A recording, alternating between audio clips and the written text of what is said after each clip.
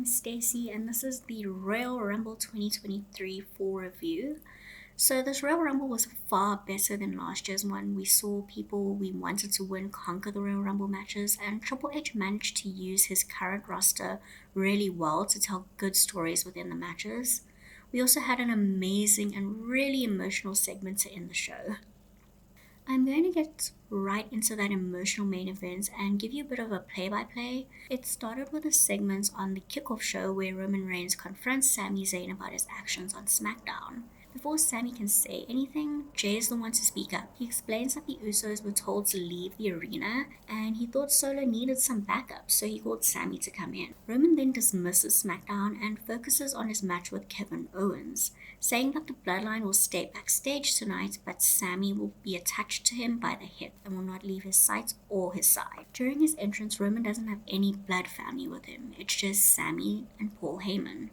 This match was excellent. It genuinely felt like KO was leaving everything on the line. We saw a stunning swanton bomb from KO, and as usual, his frog splash looked amazing. So at one point in the match, Roman shoves KO onto the official, and the official falls out of the ring. Owens hits a massive pop-up powerbomb, but only gets a visual pin as the ref is recovering outside.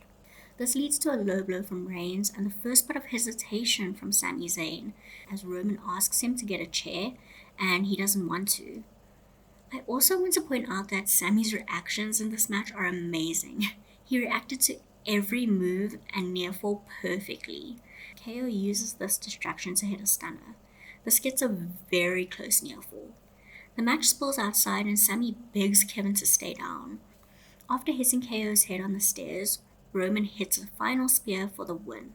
If that wasn't emotional enough, this next piece is.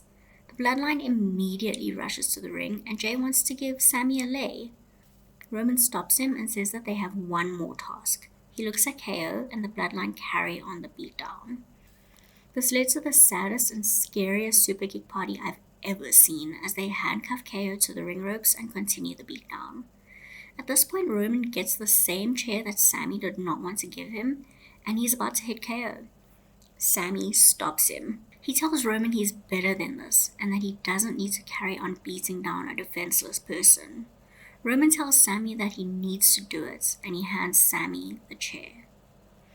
As Roman turns around, Sami hits him on the back with the chair. I got serious Shield breakup vibes here, and you can see the hurt and confusion in Roman's eyes. Jimmy's immediate reaction was to super kick Sami, and Jay's was to scream, "Why did you break up my family?" Jimmy and Solo attack Sami. When they look at Jay, he's slumped in the corner. Jay walks out of the ring and to the back, and you can see the tears in his eyes as he walks out.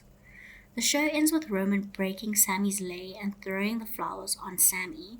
At this point, the crowd are chanting, "F you, Roman." WWE have managed to turn Roman into the biggest and most hated heel in the wrestling industry. He's no longer the cool heel or the heel that we know has good intentions. He's just the guy we absolutely hate, and Sami is now a natural, organically over babyface. The big thing for me is Jay walking out because he was by Roman's side from the start and he questioned Sami's loyalty for so long. He finally trusted Sami as family and now is betrayed. I think Jay will actually play the biggest part in the story. As hard as it is for me to move on from this, we need to move to the men's Royal Rumble. Before the match started, we got a return from Pat McAfee, and he joined commentary. I forgot how much I miss his commentary, and he brought some life to the Royal Rumble team. I really also enjoy his banter with Corey Graves. I like that the Bloodline was not involved in this at all. If they were in this match, I think it would have soured Cody's return and win, as people would be focused on Sami. The match started with a callback to Clash at the Castle, and we started with Sheamus and Gunther. We also saw a lot of tag teams, including the Street Profits, Alpha Academy, and New Day. Unfortunately, Kofi Kingston could not do his Royal Rumble spot as he had a nasty fall from the apron onto an office chair. The chair moved and fell as he landed, and it looked like he hit his head on the announce table. I really hope he's okay. Brock Lesnar was only in the match for a few minutes. He had a stare down with Gunther, and that got a huge pop. As they were about to fight, Bobby Lashley entered the match and eliminated Lesnar. This sets up their next match, which I think will be at WrestleMania. Rey Mysterio's music hit, but no one came out. The next entrance was Dominic Mysterio. He came out wearing Rey's mask and tears it up on his way to the ring. It's kind of implied that Dom beat up Rey backstage and stole his mask. Can I just say I love hearing Michael Cole hate on Dominic? I think it's absolutely hilarious. We got a short surprise from Booker T and a return from Edge. Edge is eliminated by the Judgment Day and almost attacked by Rhea Ripley. Luckily, Beth is there to save him. Logan Paul also made his return and had an awesome spot with Ricochet.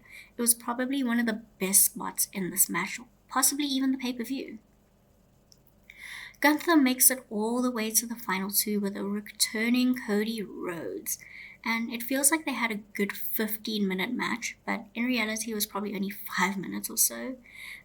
This is such a Cody thing to do and completely in his character to find a way to fight and earn the win, even from number 30. After multiple chops from Gunther, Cody manages to throw Gunther over the top rope for the win. Gunther sets a new Iron Man record for traditional Royal Rumble matches with 71 minutes. I definitely think this was the right call as Gunther worked so hard in this match, and we all know that Cody should main event WrestleMania this year.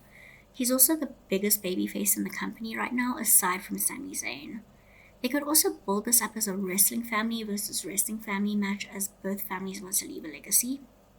Okay, so this is hard for me because the mid card of this pay per view is very weak. I could rant about my dislike for this all day, but that wouldn't be fair. I'm sure there are a few people out there that might have liked the Pitch Black match and the Raw Women's title match, but they just weren't for me. I think that's the beauty of wrestling because there's something for everyone in every show. So if you enjoyed it, I'm really glad. It just really wasn't for me.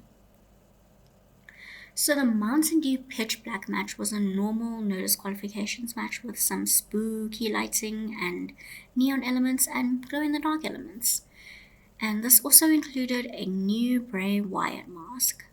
The end of the segment happens in the crowd on two large platforms.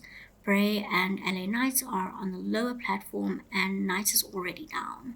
Uncle Howdy does a coffin drop, I guess that's how I'm going to describe it, from the higher platform onto the lower platform. He was meant to hit Knight, but you can see that he was miles away from him. They burst into flames and Bray, but the Firefly Funhouse characters stands tall. So I was watching this on live TV and I couldn't see much. I can't imagine what the people in the arena saw. I also don't feel like this match really moved anything forward or helped develop any characters. Bianca Belair versus Alexa Bliss went about 7 minutes or so, but it never really felt like the match gained any momentum. The finish came out of nowhere and the crowd were very quiet for this match. I honestly think these ladies deserve so much better, especially as they're both multiple time champions. And this is a pay-per-view or premium live event in 2023, so the women's titles gained prestige and value already. Bianca won with a KOD, and we saw an Uncle Howdy video as Alexa was in the ring to finish it all off. The women's Royal Rumble match was awesome. We saw a few NXT surprises, including the NXT champion Roxanne Perez. The Iron Lady of NXT went to Zoe Stark, and we saw an appearance by Indy Hartwell as she gives a thumbs up to the WrestleMania sign. We also saw Michelle McCool enter the Royal Rumble from the front row. She really sold the surprise of entering and had a really good showing. Damage Control ran most of this match until they were eliminated and took Becky Lynch with them. We saw Asuka return as she debuts her new Murder Clown gimmick. Chelsea Green, Piper Niven, yes, not Dewdrop, Piper Niven, Natalya and Nia Jax also return. Rhea Ripley and Liv Morgan start and end the match. They're on the apron with Asuka. All three have gone over the top rope. Asuka tries to blow mist into Rhea's face, but Rhea dodges, and it hits Liv Morgan. Rhea uses this distraction to push Asuka off the apron. Liv tries to push Rhea off the apron, but Rhea's dangling from the ropes. When Liv approaches her, Rhea uses a head scissors move to throw Liv onto the ground for the win. I really enjoyed this match. The minutes flew by, and Rhea was the right choice, as Judgment Day are really, really hot right now. So that was the Royal Rumble 2023. I really enjoyed this event. Like I said, the mid card just wasn't for me, but overall this year the Royal Rumble was really great. Let me know your thoughts in the comments down below, and don't forget to like and subscribe to see more wrestling content. Thank you.